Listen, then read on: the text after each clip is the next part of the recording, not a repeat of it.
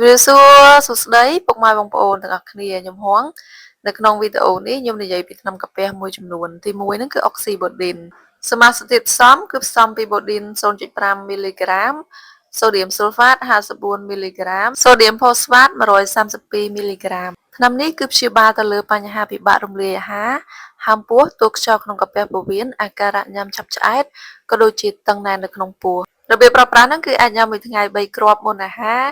ឬក៏ពេលកំពុងមានអាការៈពិបាករំលាយអាហារពុកម៉ែបងប្អូនឆុងជាមួយនឹងទឹកកន្លះកូនកែវទឹកធម្មតាហើយហាមប្រើចំពោះស្ត្រីមានផ្ទៃពោះក៏ដូចជាស្ត្រីបំបៅកូនដោយទឹកដោះអ្នកដែលប្រតិកម្មជាមួយនឹងសមាសធាតុផ្សំណាមួយនៅក្នុងឱសថនេះក៏ហាមប្រើដែរការប្រុងប្រយ័ត្នពិសេសគឺប្រើចំពោះអ្នកជំងឺដែលមានបញ្ហាស្ទះផ្លូវទឹកប្រមាត់និងអ្នកជំងឺថ្លើមធ្ងន់ធ្ងរគឺត្រូវមានការប្រុងប្រយ័ត្នខ្ពស់មែនទែនដូច្នេះការប្រើប្រាស់ឱសថនីមួយៗគឺត្រូវតែមានវេជ្ជបញ្ជាចេញពីវេជ្ជបណ្ឌិតជាមុនសិនបានអាចប្រើបានហើយប្រើដោយសុវត្ថិភាពពុកម៉ែបងប្អូនឱសថបន្តទៀតហ្នឹងគឺជាប្រភេទអង់តាស៊ីតដែលមានតួនាទីជួយបំបត្តិអាការៈចុកច្អល់ចង្កួតចង្អោរភើជូរក្នុងមាត់ដែលបណ្ដាលមកពីការច្រោះអាស៊ីតកាពះមានច្រើនម៉ូដច្រើនប្រភេទមែនទែនពុកម៉ែបងប្អូនអាចជ្រើសរើសបានមានដូចជាទី1គឺ Promax ទី2 Polysilen ទី3 Gaviscon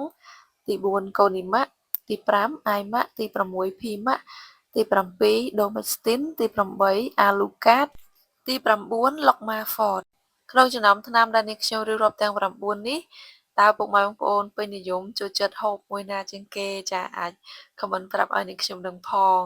នាងខ្ញុំសូមណែនាំពុកម៉ែបងប្អូនឲ្យមកស្គាល់ថ្នាំក្រពះប្រភេទជាគ្រាប់វិញម្ដងគុណភាពព្យាបាលហ្នឹងគឺសម្រាប់ព្យាបាលអាការៈទប់ការបញ្ចេញអាស៊ីតក្រពះចុកច្អល់ចុងដង្ហើមនិងក្តៅទ្រូងស្ថិតនៅក្នុងក្រុមថ្នាំ PPI អាចប្រើនៅពេលពោះទទេបានទី1គឺអូមេប្រាសូលទី2អឺសូមេប្រាសូលទី3រ៉ាប៊ីប្រាសូលទី4ឡុងសូប្រាសូលទី5ប៉ង់តូប្រាសូលទី6គឺឌិចឡុងសូប្រាសូលពុកម៉ែបងប្អូនមិញនាងខ្ញុំបាននិយាយពីឱសថអង់តាស៊ីតដែលមានប្រសិទ្ធភាពជួយបំបត្តិអាការៈចុកច្អល់ភើជូរនៅក្នុងមាត់ហើយនឹងបំបត្តិអាការៈក្អួតចង្អោរឥ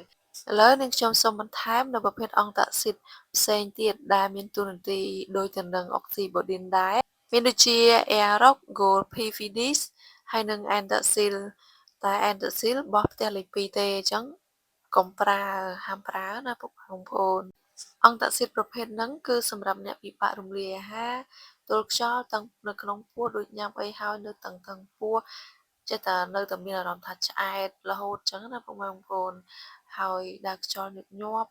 ក៏ញ៉ាំទៅកាត់បន្ថយអាការៈនឹងបានផងដែរនេះនាងខ្ញុំបញ្ជាក់ម្ដងទៀតចាដោយសារពីដើមមកនាងខ្ញុំបាននិយាយរួចហើយ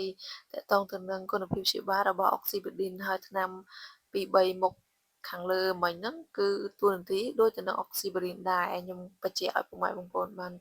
យល់ដឹងកាន់តែច្បាស់ចំណែកសារធាតុផ្សំដើមឬក៏ chemical នៃប្រភេទអង់តាស៊ីតគឺមានដូចជាទី1គឺអាលុយមីញ៉ូមហីដ្រុកស៊ីតទី2ម៉ាញ៉េស្យូមហីដ្រុកស៊ីត